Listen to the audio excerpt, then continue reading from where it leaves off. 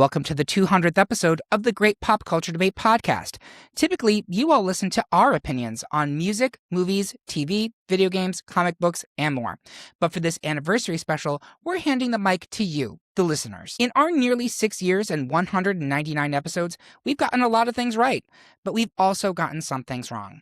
Some dubious decisions, some bad calls, some full-on boners. And you all let your feelings be known, and we love it. So buckle up as some of the show's longtime listeners give us the business over their busted brackets with a focus on episodes released in seasons 8 through 12. If you want to hear the show's panelists discuss what we got wrong in the first 100 episodes, check out our 100th episode spectacular, available wherever you listen to podcasts. We'll be right back with our first critique after these messages. Welcome back to the Great Pop Culture Debate, episode 200 spectacular. In case you did not know, this is an international show.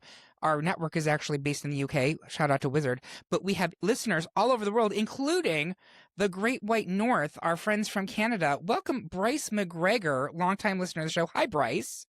Thank you, Eric Razniak.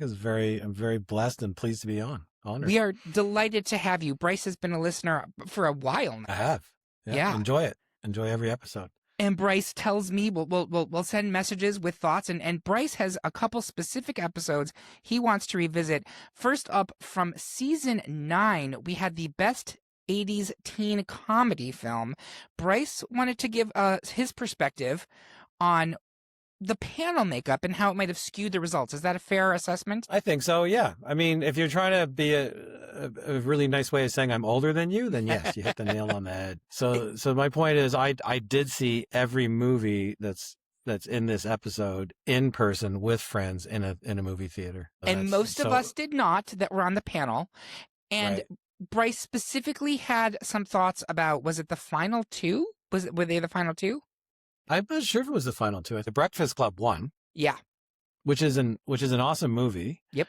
But it kind of used every emotion in the book, right? So when you left there with your friends, one of them's crying, one of them's upset, one of them's angry, yep, one of them's laughing, and one of them's raising their fist in and defiance. One of them wants to be the badass. Absolutely, yeah. Mm-hmm. So it kind of covered the spectrum like that, and it had a kick-ass soundtrack too. Yes. So it was a great movie, but to me, looking back at it, what had more kind of emotion at the end of it was Ferris Bueller. Because I mean, Ferris Bueller, there was the angst. You know, the role of Cameron was an upset child and wrecked an expensive car and then, trying to prove that. But at the end of Ferris Bueller, everyone walked out of the theater thinking, I want to be that guy. Yeah. I want to skip school to go to a fucking baseball game. Like, who doesn't want to do that? So that, to me, that was the better movie. When you go back and you watch them, they both still stand up, but Ferris Bueller, you find something new in it every time you see it, and it's just laugh out loud funny. The mannerisms, the facial expressions, like they do all the little stuff really well. Even Charlie Sheen's funny in it. And I mean, he was the sausage king of Chicago, Abe Froman. Like, That's that has to mean something in this economy, right? Yeah. Yeah. What did the maitre d' say? Oh, youth or something like that. Yeah, exactly. You also, there was a film that went out earlier in that episode where you were like, what were you guys thinking? You're talking about Fast Times at Ridgemont High. Fast Times at Ridgemont High, yeah. So not a great movie, but out of all the movies in your episode, and it did get knocked off, it's the one that kind of brought a lexicon to the 80s. Mm-hmm. Like within very shortly after that movie came out. And again, I'm from the Great White North. I'm from Montreal. You saw everybody wearing surfer jams in the streets and saying excellent, awesome, and gnarly. Like they brought all that language. So none of the other movies had kind of the same impact culturally as Fast Times at Ridgemont High did.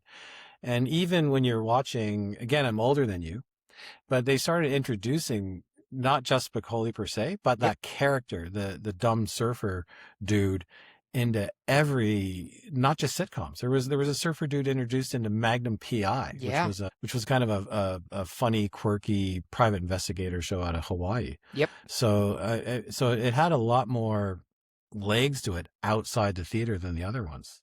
Yeah, if that's fair to say. Totally. And when Hmm. Bryce and I were talking about this, what it made me reflect on is as a show, and again, respect all of my panelists. They're brilliant. They do a lot of work. They're very funny. But we have a lack of panelists that are in the older area of Gen X and into the boomers. And when we're doing these types of episodes focusing on 80s, 70s, 60s stuff, we don't necessarily have the same frame of reference as the people who lived through it. So I thought that was a great point of view from Bryce. Like, okay, I see where you guys are coming Hmm. from, but like this was my generation and you guys weren't quite on the ball with some of your takes. Is that a fair assessment? So let's describe it as you missed the target, but you hit the tree. So I like that. everything your panel said is right, is accurate. What you're maybe missing a little bit is the conversations in the hallways the next day, the next week, the next month, and the impact that those movies had, like I said, culturally inside of our group, inside of our age group. Yeah. So if you're looking at it through a critic's eye or what's a better movie or what has, pulls more emotion, yes, you guys are absolutely right. That's such a great way of putting it. And speaking on that point, you had another episode that you wanted to talk about. It was season 11's Best Queen song, which again, most of the people who were on that panel weren't necessarily around during Queen's high point. You were. You actually saw them play in, was it in Montreal? It was in Montreal. It was probably 1979 or 1980. I don't remember exactly what show. Queen goes back even further. I Mm-hmm. think what is Bohemian Rhapsody? Is that 1977? Yeah, it's mid Is it? 70s, and they actually go into the early 70s, starting off as a prog rock band. That stuff is super weird, really interesting. But like the Queen songs that we know are a real departure from what their original sound was in the early 70s. That's right. That's right. So my mother was a little bit younger for her group and introduced me when I was probably 12 years old, 13 years old to Queen and Elton John and those kinds of bands, which my most of my friends' parents were still into Frank Sinatra and that kind of stuff. So she was a little bit ahead of the curve in that sense. She was British, so I'll Mm-hmm. say that. Mm-hmm. But yeah, so she introduced Queen to me, and so it was a fantastic band. And you guys were right. Again, you guys chose Bohemian Rhapsody. It is an iconic song. It did get radio play at 7+ minutes, which Mm-hmm. was unusual for the time, but it was a song that everyone kind of got quiet and turned up the radio and listened to it. Again, you guys are right. If you're just listening to the music, it is an iconic song. It is different and it does come up at the top of the list. But as far as impact goes, We Will Rock You. Like We Will Rock You had more impact, had more kind of call it shock value to the age bracket at the time.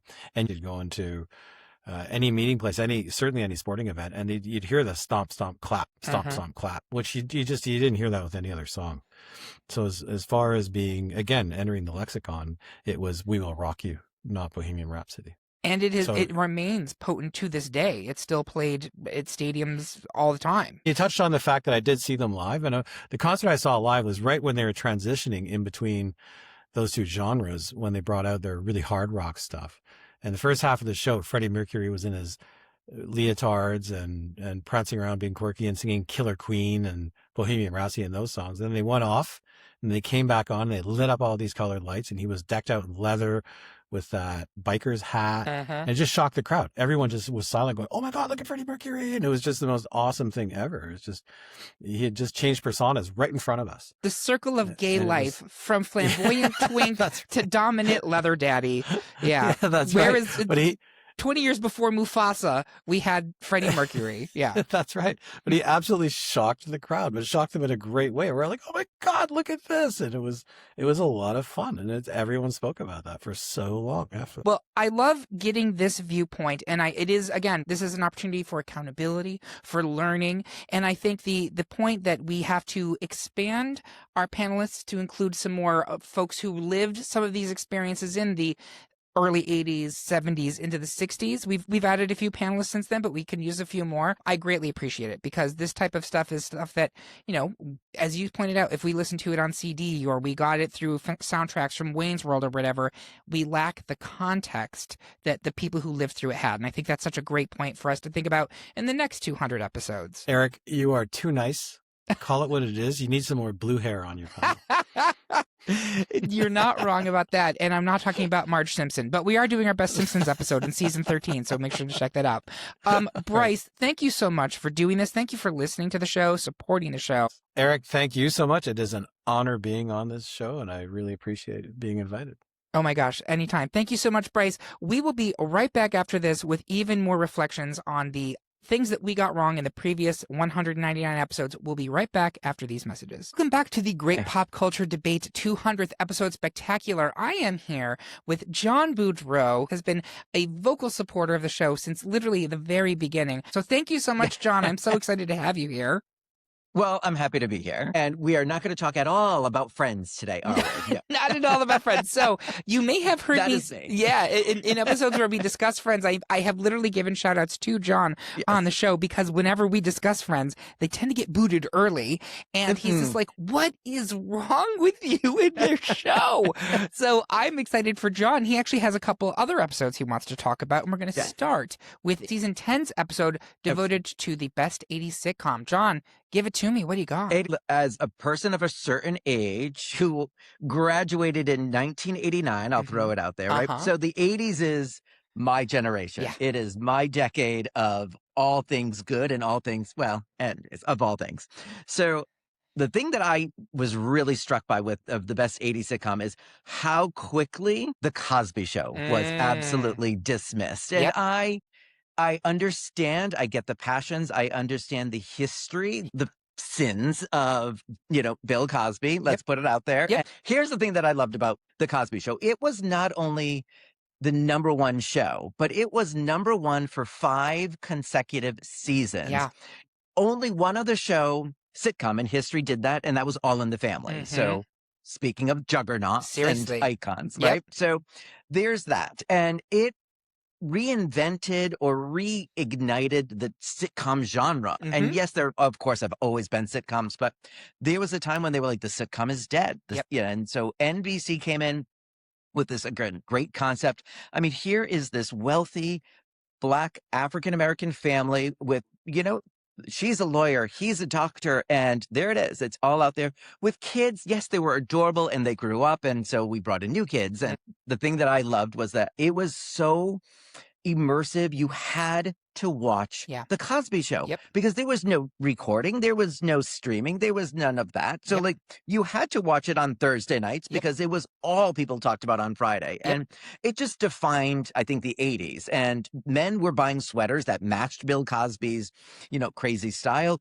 Women were elegantly dressing up in sophisticated ways to match Claire Huxtable. Absolutely. And like all the things. So I just think that The Cosby Show, in the end, do I really think that you chose the Golden Girls as the number one? I could have had a stronger argument for Cheers at the end, but I just think that Cosby Show deserved to come a little bit further along than what it really did. That was my thing. So this is, I'm loving all these listener arguments because you're raising up a lot of issues that we have behind the scenes, and I'm glad we get to talk about them here. So one of the things we really go back and forth on this show is, can we divorce the art from the artist, right? So I completely agree with you. The Cosby Show was integral to television. Comedies, yes, but to television in the 1980s. It was, I don't think people today can conceive of the audience share that show was getting every week. And I think we did allude at one point on the episode we're talking about to the fact that The Cosby Show reshaped how Americans, specifically white Americans, viewed Black families. Like that is the impact that this TV show had. And I think it got the spanner in the works was, we don't want to put it forward because of, as you put it, the sins of Bill Cosby. But is that right? If we're talking about pop culture and we're talking about what was the best sitcom of the 1980s, is what Bill Cosby was doing off that camera, had nothing to do with that show, relevant to this discussion? And this is something we keep getting pulled and kind of pushed on. Even just today, I'm on the subway and I'm thinking to myself, we have not done the best Michael Jackson song. Do we do it? He deserves an episode. That catalog is incredible. Do we touch it, or is it a live wire? And I still don't have a great answer. But John, from your perspective as a listener, I would love to hear your opinion. And if you don't want to, I get it as well. But no, I think that when you look at someone's body of work and you're specifying I'm not talking about Bill Cosby today. Right. I'm not, we're not talking about Michael Jackson today. We're Right. looking at their work, and what they produce and what is out there still deserves to be celebrated, to be acknowledged, to be, put forth and said, like, this was a defining moment of a time of a generation, and history will be history, and that's Right. fine. But I still think that the work itself is still to be praised, to be criticized, to be, looked at under a microscope. But I do think that what someone does and how someone does it matters. So I think, as a viewer, as a listener, and as someone, of today, like, I think you can put aside those things. And yes, I think if you acknowledge them, like, they're there, like, we're not saying, you agree with or just, but you're just looking at the body of work. And that's, my opinion. That's what I think. Yeah, I mean, I look at it and it's just this colossal blind spot with us in our 1980s coverage, which our 80s episodes are some of our most popular. Like, you can't talk about 80s music and not have him in the conversation. He's just too important. But, we just did the episode on the best Buffy the Vampire Slayer episode, and Joss Whedon has also been canceled, and we worked our way around that, so maybe we can also take another look at that. I'm grateful for you for raising this issue, and I think it's something that we still have to figure out on the back end of the show. You also had some thoughts on season 12 episode Best John Williams Film Score. I did. So I mean, there's no way around that. John Williams is the most prolific composer, and blessed that part of his career was here in Boston. Yeah. And it was just, I mean, he was defining movies. I thank God that, Steven Spielberg tapped him years and years, decades ago, right? Yep. And just, God bless, I think he just had his 90-something birthday. I think it's third. Yeah. Like, right. So, but one of the things that I thought about, like, with the score, and I think back to, again, the emotions, the passion. One of the things I think of John Williams, and I just go back to Oscar Schindler and Schindler's List and the story. And again, I think that there's such an argument that John Williams, said to Steven, I can't do this. I cannot write this. Like, in looking at his masterpiece, and you got to imagine, what is that like? What does it say when you're watching a movie without the music because you haven't done it yet, right? So that's the amazing storyteller of Steven Spielberg. But for John Williams to say, listen, I can't do it, and seems like, well, I can't get anyone else because anyone else who'd be good enough is already dead. So that's what he said. So I'm like, okay. So coming back to you, John, because and again, he is so thoughtful to seek out historical aspects. And I think that's what he did with Schindler's List is, invoking the violin solo and getting Itzhak Perlman as well to play it, someone who, whose family got away from Nazism and was able to escape in time. And thankfully, he and his family did. So I think that the passion of that particular movie resonated with me so much so that I, again, was one of those, like, I think round one dismissal, like it just, and I think it beat, Superman that overwon it. And I was like, okay, well, yeah, I love Superman. I love that, the fanfare and all of that, but it doesn't do what he needed to do for Schindler's List in telling that story. And again, it's all personal, right? And so it's just such an incredible piece of music, and to just listen to it, you immediately already know what you're listening to, like much like obviously what you do with Star Wars and Raiders of the Lost Ark and all of those things. Now, my second piece of the John Williams score was that Star Wars, yes, was good, but I will harken back to, I think it was Alma Mapo who said it was Empire Strikes Back where you got the Imperial March. And when you think of Star Wars, you immediately think, obviously there's, two different sides, the good, the bad. And there's that Imperial March is like defines it. And I know I've been to a few John Williams concerts where that's what they start with, is that Imperial March. And you immediately know the movie. You immediately know what's going on. So I would have loved to have seen like Empire Strikes Back go up against Schindler's List in terms of that foray instead of pushing through Star Wars as happened. Yeah. So that episode, I distinctly remember there being, how to put this, shenanigans in, I think, round two, where like literally we say on the episode, I know this is not as good of a score, but I'm pushing this ahead because the property is already in with another example in the final four. So blah, blah, blah. And I remember even literally while we're recording, I was like, people are going to hate this. People are going to think this is absolute BS, and they should. So that was a weird one. But your point on Schindler's List is such a good one. Both Schindler's List and Band of Brothers went out, I think, round one, unanimous decisions. Right. They were just gone. And I think in looking back, I mean, listen, I will say this many times on this episode. I love all of my panelists and I defend all of their decisions. They put a lot of time and effort and thought into this. But I do think sometimes we, and I include myself in this, can be a little bit myopic in the way that we are coming at things with our rubric. Schindler's List and Band of Brothers were outliers in this particular bracket. And right. I think they were kind of junked. And I think that's something we can work on in the future, is being like, yes, you have your rubric, stick to your rubric, but how do we make sure we're including things that are a little bit outside of the box in this topic and making sure they're not just chucked because of something flashy, big, etc. Just get more people to vote, more people to, go to greatpopculture.com and vote more, and so that they can, yes, take the move polls through some of these things. Exactly. Right. Take the polls. Your opinions do actually matter. John Boudreau, it has been such a pleasure to have you on our show. Thank you again for being such an amazing cheerleader for our little program. Well, I love it. You know how much I love it. I love you. I think your guests are absolutely incredible. I'm just happy to listen and happy to be along for this ride. Well, thank you so much, darling. All right. With that being said, we are going to be right back with even more conversations as the Great Pop Culture Debate 200th episode spectacular continues. We'll be right back after these messages. Welcome back to the Great Pop Culture Debate 200th episode spectacular. We are going to be jumping forward into season 12. It's a season we just concluded, and I have very special guests with us. I have Lee and Mary from Rochester, New York, longtime listeners, first-time callers. Welcome, Lee and Mary, to the Great Pop Culture Debate. Oh, thank you for having us. Thank you. This is a treat for me. I've known Lee and Mary for many years, and they have said that listening to the show when they go on road trips is like having me in the back seat. Is that about correct? Oh, we love it. 100%. We feel like we're friends with all your friends and the panels, and yeah. Yeah, it's just yelling in the car. Yeah. And it's comforting.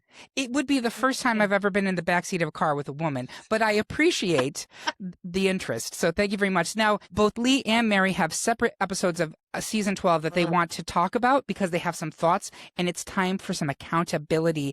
Mary, you reached out to me immediately when this episode aired. I want to hear your thoughts. You have something specific you need to talk about regarding our worst lead TV character episode from, I think it was in November 2025. What did we get wrong? Oh my gosh, I was actually heartbroken because I am a fan of The Big Bang Theory. I'm sorry, but I am. No, it's and okay. Especially of Sheldon. I was so sad that he was seen as somebody who is unlikable, and to me that he's being misunderstood. I'm a teacher. As a teacher, every single year I have what we call a rigid thinker, in my classroom. And what we learn to do is to tolerate, to work around, right? And to realize that this is basically like having an invisible disability. And for me, Sheldon has always represented someone who could potentially be on the autism spectrum. Yeah. And I feel like when you look at that character as someone who's representing that particular condition, to then look at him without that lens and just say he's miserable and awful was really heartbreaking. So I think that is a great point. And Mary literally did text me after that episode dropped and was like, hello, what are you doing? Like, and as soon as you said that to me, I was like, we have not done many worst of episodes. When we started this show, one of the big tenets was we're here to celebrate pop culture and lift things up and bring a little bit of joy into people's feeds. And then slowly over the years, people are like, oh, you need to do a worst of episode. You need to do a worst of episode. And I gave in and I said, sure, let's do them. And here's the bad news. Negativity is popular because our worst of episodes always do well. But when we do them, they do tend to lead to us kind of getting onto a roll and just kind of becoming snarky, and we're kikiing and whatever. But sometimes we lose sight of what you were talking about, Mary, which is like, okay, sure, maybe he's a little bit off, but like, can you have a little bit of empathy, right? That's what you're saying? Yeah. I mean, I totally understand that. And I think a lot of people who are, rigid thinkers and who have a lot of these tendencies, as somebody who might relate to, having spectrum equalities, like, that you can be annoying, that it's irritating, but absolutely the empathy is necessary. I think it's just different than a character that's purely annoying and doing things either out of pure ignorance or, maliciousness or whatever, like some of the other characters that were being talked about on that episode. And the good news is Sheldon does not win the whole episode. I'm not going to spoil I for you know, who thank does. So at goodness. least, thank God, we got that right. But as someone who does identify as an irritating American, I appreciated the call out, and I am grateful for the constructive criticism, which I will take forward as we move on to the next 200 episodes. So thank you so much, Mary. Lee has some thoughts on an even more recent episode. This is from, I think, February of 2026. Still season 12, technically. Lee, what do you got? Oh, dear. This was the best Tori Amos song. Yeah. And so, Eric, picture it. Picture 1996, right? Yes. I'm in college. I'm wearing cargo pants. I have a Discman in my pocket. And in there is Tori all the time. If it wasn't Tori, it was Kate Bush. And I really hope you do an episode on Kate. But listening to this episode, and I mean, it was said so many times during it that there is no wrong pick, right? Like you literally can make an argument for each of these songs, but man, I feel like Kate was just not being heard because Kate, your panelist, was. I was like, yeah, the one that Kate's doing. I'm like, that's the one I would pick. In fact, I listened to it again today. I took notes, copious notes. I was like, the one I would have picked, I would have gone with Winter over God, and I would have gone with China over Spark. Well, those Spark, I mean, all the way to New York. All the way to New York. All the way to New York, And then at the end of it, I was just like, really, what bothered me the most was how far Raspberry Swirl made it. Oh. Then this is another thing we have to name. We have to name it about this podcast. There's a very large homosexual white male contingent on the panelists. Yeah. And that's going to lead to Raspberry Swirl. Also, the delicious Raspberry Swirl oatmeal from the 90s 100% influenced me. I'm not going to lie. Right? You can see me on that. We see each other. I see you. Yes. Yeah. I mean, over plain oatmeal? Sure. You're going to want the raspberries. Yes. But to your point, like if you're looking at the Tori Amos canon, does Raspberry Swirl make a lot of sense? Is it representative of Tori Amos? No. My final two. Let's hear it. Would have been Silent All These Years and Precious Things. I still probably would have gone with Silent All These Years. The winner did win in the end, and which was fine. But I was like, how did Raspberry Swirl make it as far? So anyway, that's just my hot take. As somebody who listened to that all the goddamn time. But no, we love when you bring receipts. Thank you for bringing the receipts properly. And I love the impassioned arguments. So thank you very much to both of you. I'm curious, as longtime listeners of this show, I would like to know, Lee, you told me when you were texting me about this stuff, what episode you would like us to do. Oh, so Kate Bush and Depeche Mode. I think there needs to be a Depeche Mode. There are another ones. Those are going to be hard to argue over, those songs. I mean, they really are such moments of, the 80s, 90s, and even like their current stuff. Some of their stuff is really quite good. And I mean, and like their numbers now, we just have... We have two left, right? Yeah. Like, we don't have many. Right? We just have Depeche Mode is gone. I was thinking, like, could we do an episode that's like Depeche Mode, that's New Order, that's those types of bands? But I don't know how to theme that. Is it like electro pop from the 1980s and 90s? That seems real niche. I know. Or do we just go into each catalog? We can get there. Like I said, we're already 200 episodes. Who knows where we're going to go? We did a best Weird Al Yankovic song episode. I think maybe we can find some space for Depeche Mode and Kate Bush. Please. Yeah. So we're going to figure that out. And listen, it has been such a delight to be able to catch up with both of you. Thank you for the very good checks on our ego. Great ideas, great criticisms, and we love it. Thank you so much for listening, and thank you for being a friend to both of you. We love you. Thank you. Love you too. And we will be right back, and we're going to talk a little bit about what's coming next in season 13 and beyond of the Great Pop Culture Debate. We will be right back after this. Welcome back to the Great Pop Culture Debate, episode 200 Spectacular. We are joined now by one of our top tier Patreon sponsors, Kathy Kingsley. Welcome back to the show. Thank you. It is always so good to be here with you guys.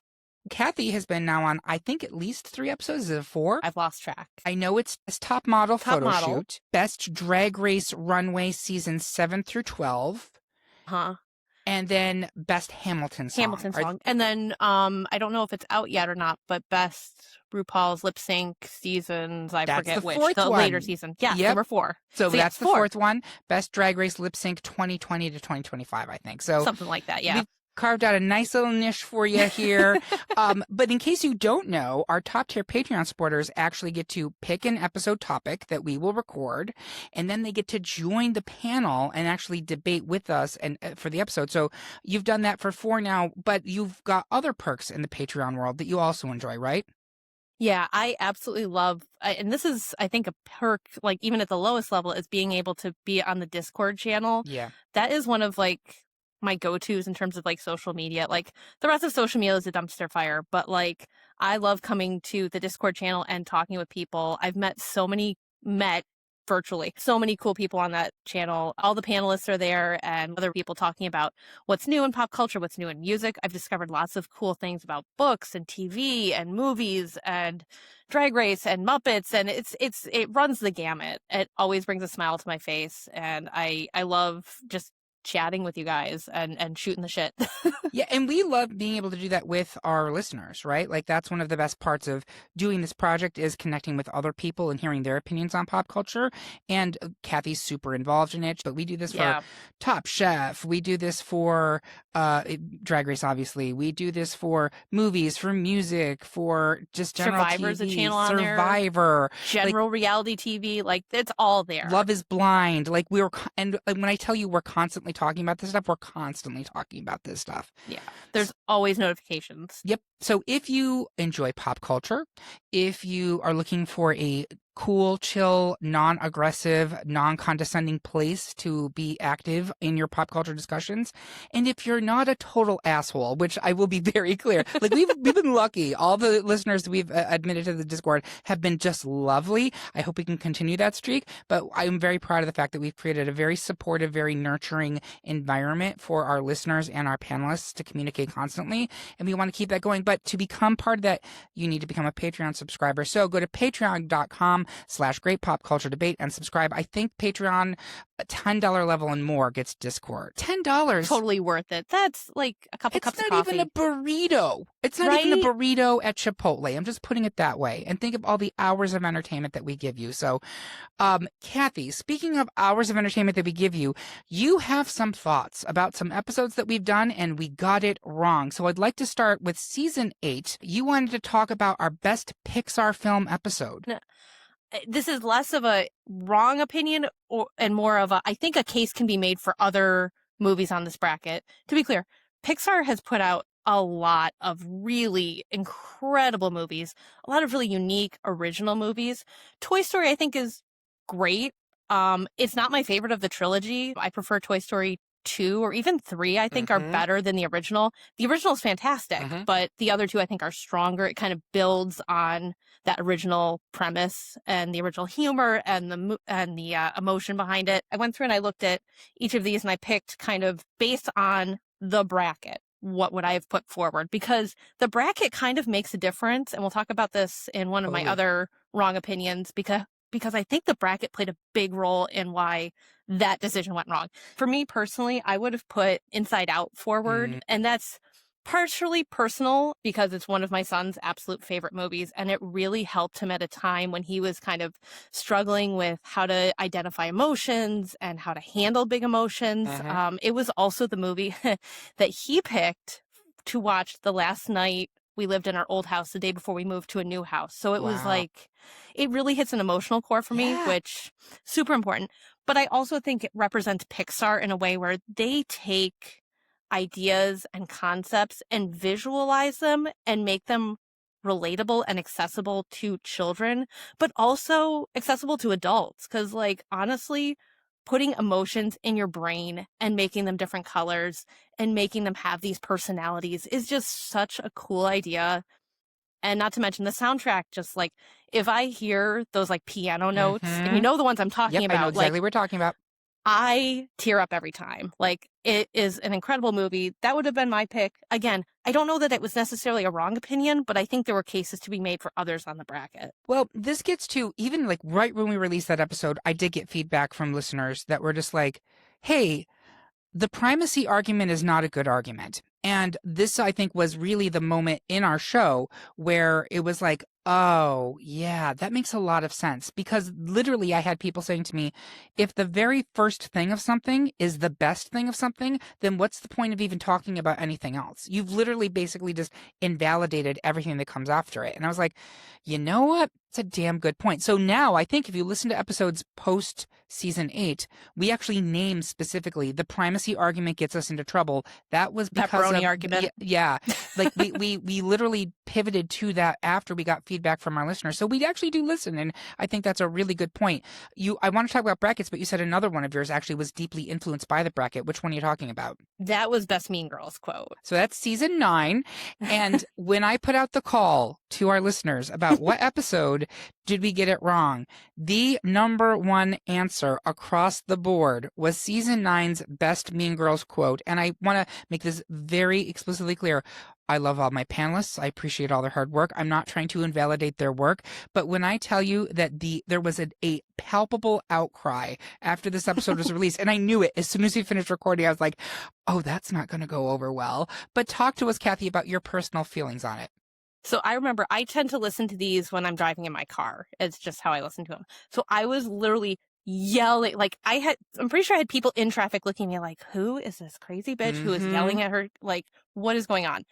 But I was screaming. I'm like, how in the year of our Lord 2026, how is that? There are so many quotes from that movie that I use in my everyday lexicon. Like on Wednesdays, we wear pink. She doesn't even go here. Her hair's big. It's full of secret. Like there's so many other for you, Glen Coco. Like there's so many that are more applicable to everyday situations that I think are better. Why are you white? It's a fine quote. It's not terrible, but looking at the bracket, it was up against some other, I would argue, weaker entries.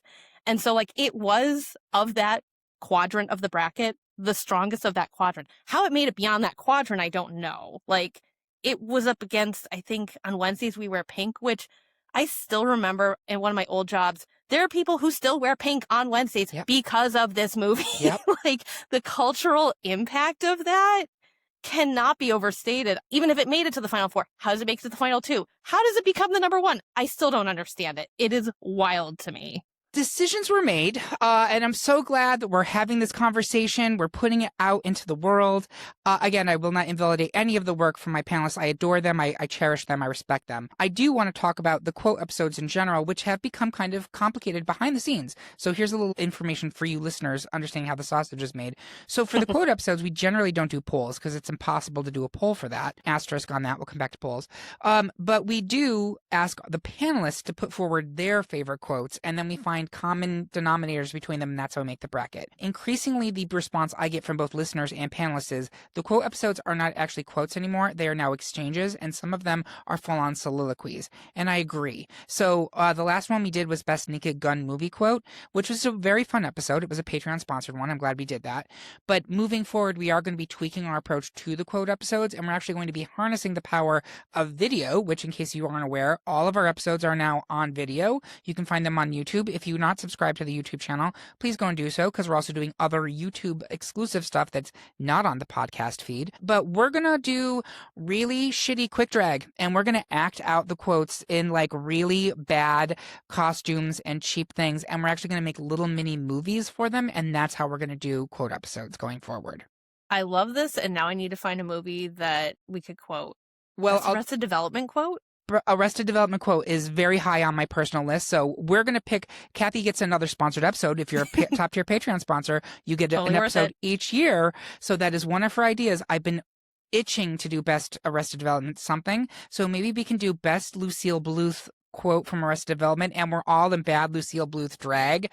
That would be really funny. We should all do our best chicken impersonation. Have any of you even seen a chicken? Kathy mentioned that she went back to the website. She pulled on the brackets.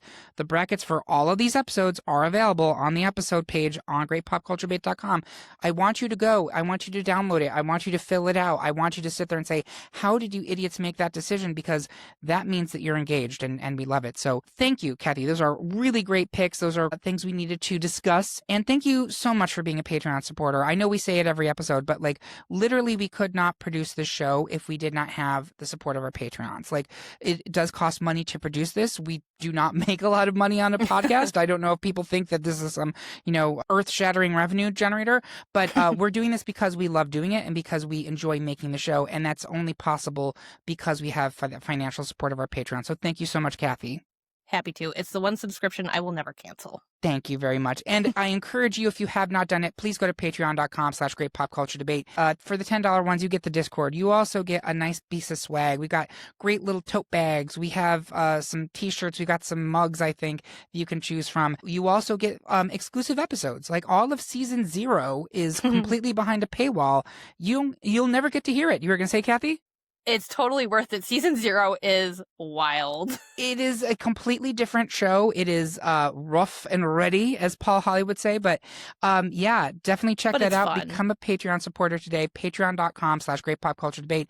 Kathy Kingsley, thank you so much for stopping on by. We need to figure out your next episode. Yeah, I've got lots of ideas. I'm always available. Perfect. All right.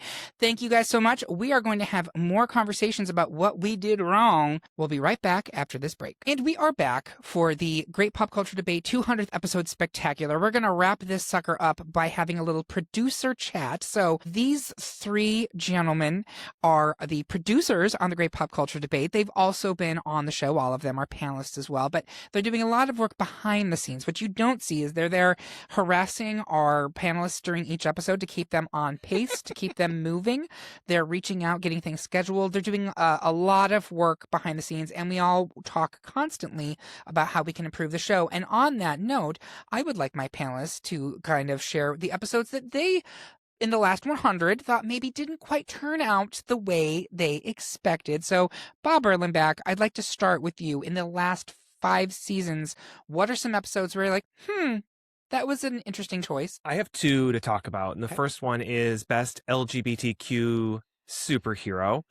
And it's not as though I think that really in the end we came up with bad answers or that we were making per se bad decisions, but I think there's a regrettable decision throughout there where John Kent, aka Superman, or a version of Superman in DC Comics, was up against Dreamer, who is probably, if we did not mention it at the time, I think probably the first trans character, one of the more or one prominent of them, trans right? superheroes. So sure, it was a pretty interesting matchup because you have that first trans character, but you also have this individual who is carrying the mantle of Superman, but is also bisexual and part of the LGBTQ community. And the impact and the importance of that is just that symbol of Superman also representing that in this day and age was something that's very important to me personally. And I think to the community as well, that you kind of have those 2 separate things, but you also had Dreamer, who is such a cool and unique and new character, but we ultimately went with Dreamer, and I fought really hard for John, and I encourage you to go back to listen to that episode because I think my argument for John is very good, but also understand why Dreamer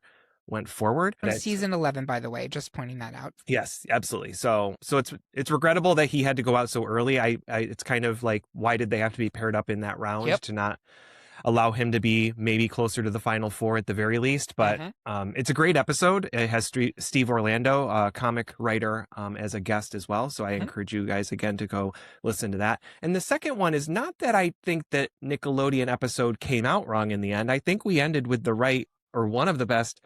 It's the actual recording experience that didn't go as I thought it would go, at least for me, Bob, as the producer. It was the power of nostalgia in our podcast is very important in a lot of episodes, and probably the power of nostalgia for best Nickelodeon series for just the individuals who grew up with these shows was ever present and very important to that episode. And at certain points, though you may not know it, because of the editing, we devolved into absolute crying, tears, a whole cry fest. Yeah. Oh, Curtis is going to raise his hand. He's going to throw himself on the floor. This is excellent. If you're not watching the video, Curtis is raising his hand because Curtis was one of the panelists on that episode, and Curtis had a solid 10 minutes of uncontrollable sobbing. What? Yeah. 10 minutes? It was intense. Avatar: The Last Airbender was a rough pairing. It was so just it was so rough people for know, lots of folks. This is from season 9. I went into this episode as the host, not voting because I had outgrown Nickelodeon by the time most of those shows on the bracket were there. And I was like, I'm just going to make the decisions and the ties. And we had a 4-person panel. And guess what? That was a really bad idea. And I'm never going to do it again because we got to the final 4 matchup. It was Avatar: The Last Airbender versus Rugrats. And the jury was deadlocked. And it was Bob literally got up out of his seat and he walked out during the recording. I was the producer. I was not on the panel. I was there to produce. I keep people on time. Those of you who don't know it from home, like I hold up cards when people are going long. I try to keep people on task. Nobody was interested in staying on task. Nope. Nobody.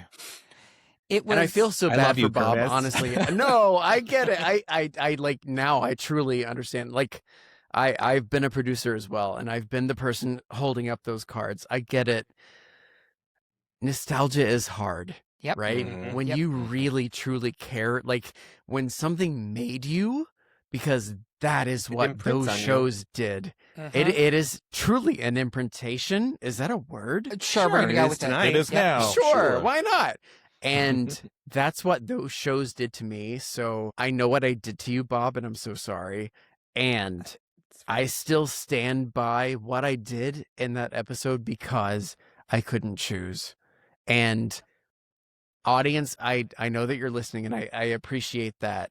And I hope that you are able to put yourself in our shoes sometimes when you care so much about something that made you who you are, that it's like, how can you turn your back on it in that moment? And you can't. You truly cannot. It's tough to step back sometimes. It is. And I think we will have to find a way of doing an episode around that topic and have those panelists on it. I might not want to host it because I don't need to relive that. It was like my emotional grueling, like it was really, really bad. I had to check in on every one of the panelists afterwards and being like, are you okay? Do you need someone to come and check on you?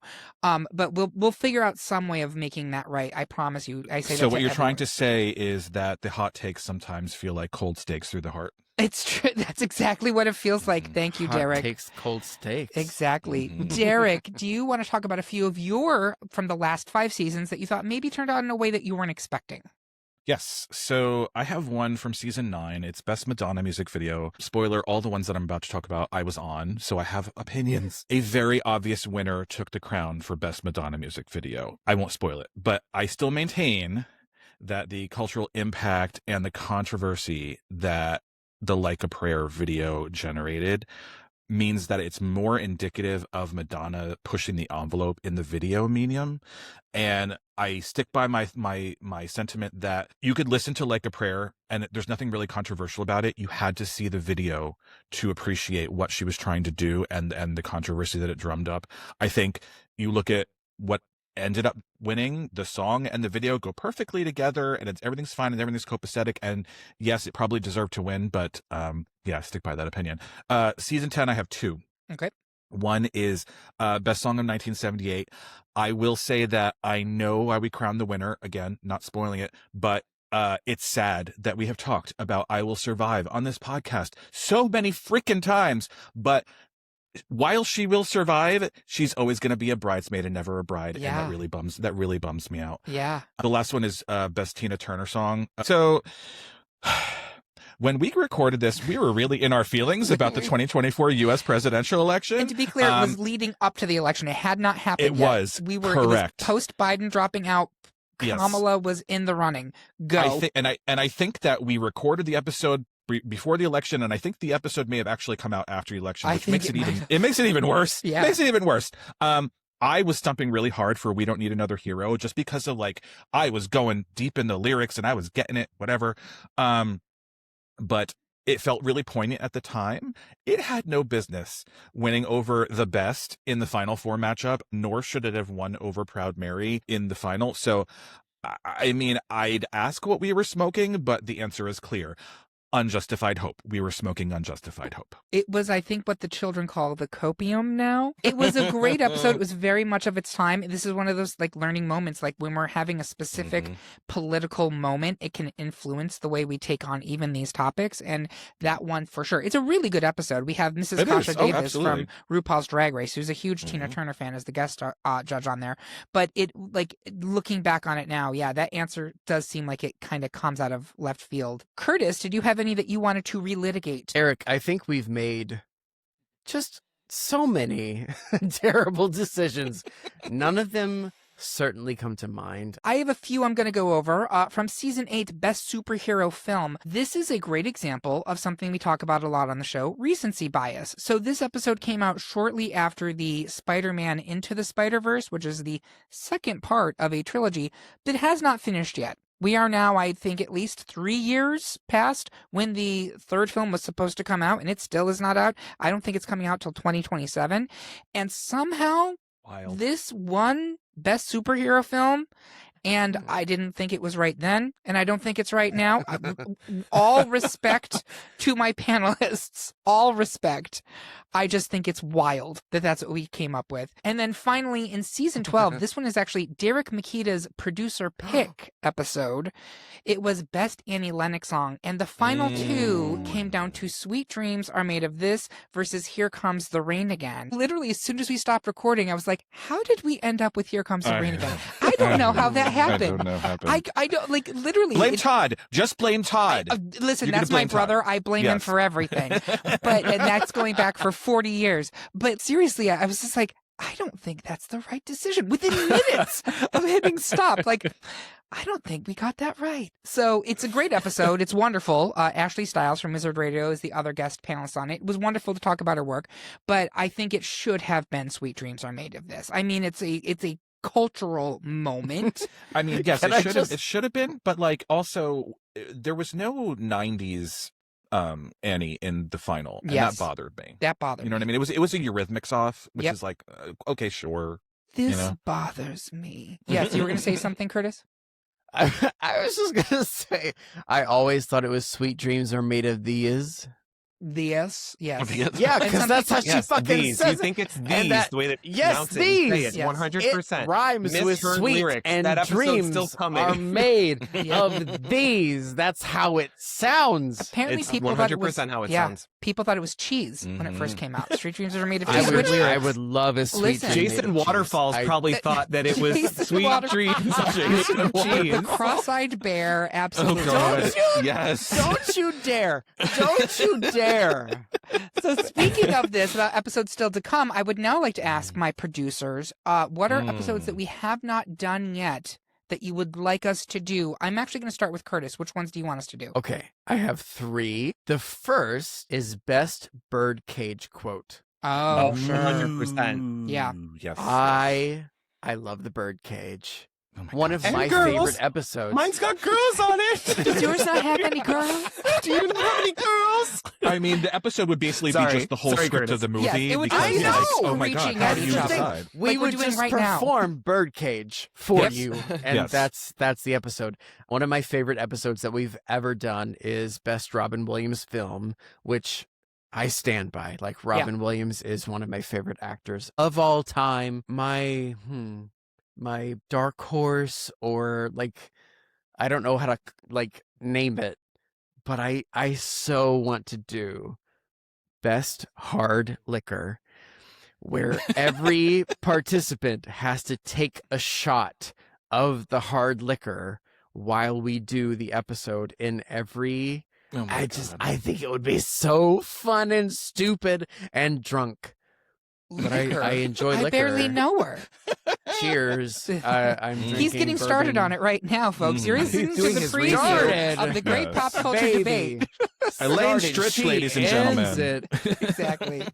She is ending it. And I have one more, which we haven't talked about, because as a Kentuckian, we do not do enough country. Mm-hmm. So I want to do the Best Chicks song. Oh, I love that. Like Okay, Dixie awesome. Chicks. The That's artist what they formerly known were. as the Dixie The Chicks. artists from yes, and now they are the Chicks, but including everything from their catalog. Yeah. I just recently went through my like favorited songs on Instagram, and I was like adding things to it, and then I got to the Fly CD. Such a good album. Yep. Oh my God, the Every album! song. Like I just added every song. Yep. So I want to do that. And I want to bring back Jake Lewis. Jake Lewis, Yes. I know you're listening to this, and I know you will do Best Chick Song, and I'm excited about it. Yeah, we miss you, Jake Lewis. Come back to us. Come back to He's Little not Sheba. ready to make nice. No, Sorry. we're not. I'm ready to make nice. Yes. Excellent. Great picks. Thank you so much, Curtis. Derek Makita, what are episodes that you would like to see us do? Oh, I got so many. We need to do best 2000s dance hit because our best 90s dance hit was a bop and a half. It really we was. need to do best 2000s dance hit. And I think it'll be Monster really good. episode for us, by the way. Like Really was. easily I mean, one of our most like, popular. And who saw it coming? Nope. Me. I saw it coming.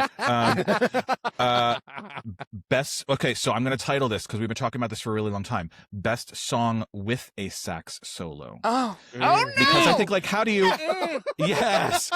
Sorry, Curtis. But like, how do you pick a sax solo? That's the best sax solo. But a song with a sax solo. Ask we Kate could probably do Raccoon. that. Ask Kate Yes, Raccoon. okay, Yes. Raccoon. Key change. Yes. Yep. Don't forget Yes. best key change. Oh, best in key a change. That's song. a good one. Yes, yes. Yep. We need to find a way to sneak this in this year. Best song of 1986. It was a mammoth year. It was the year in I was music. born. We need to know. find a way. We need to find a way. I also, in the ideas section of our Discord, I put in best Harrison Ford film. We have to say best Harrison Ford film rather than best Harrison Ford performance because, with all due respect to Mr. Ford, he loves playing Harrison Ford. Yeah, that's a So good point. I think we could do film. We haven't done best Western film. That Yes, would be which another we need one. to do. That is an area we've not touched at all. Like best Yes. Western, the hotel chain. Yes, best snuff film filmed in a best Western. Yes. Where do I begin? Oh my God. Jesus. But yes, pop culture robot. We're gonna do that soon. Pop culture pet. We didn't do that one yet, right? We've that never one's like done been it. on the, Do we do just like best pop culture dog, best pop culture No, cat, I or think do you you just have do to pet? pet. Okay. You have to do I think it pet. has to Yeah, be you have to do pet. pet. Okay. Yeah.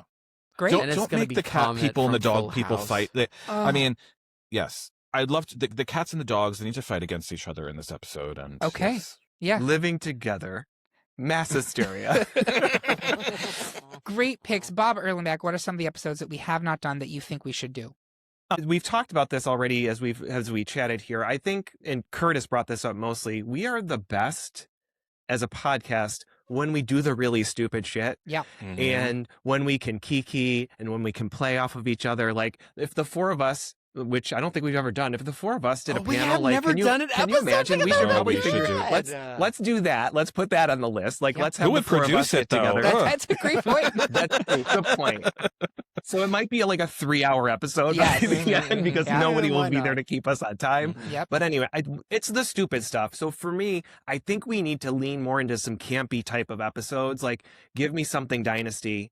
Best Aaron spelling. I threw into our ideas the other day. Like we need to find pop culture robot. I think will fit that bill, which is going to come up soon. We did best pop culture car in our catalog as well. Please listen to that. It's probably one of the stupidest episodes. dumb. It's so dumb. And It's no, so dumb. Kit is a program. Kit is not a car.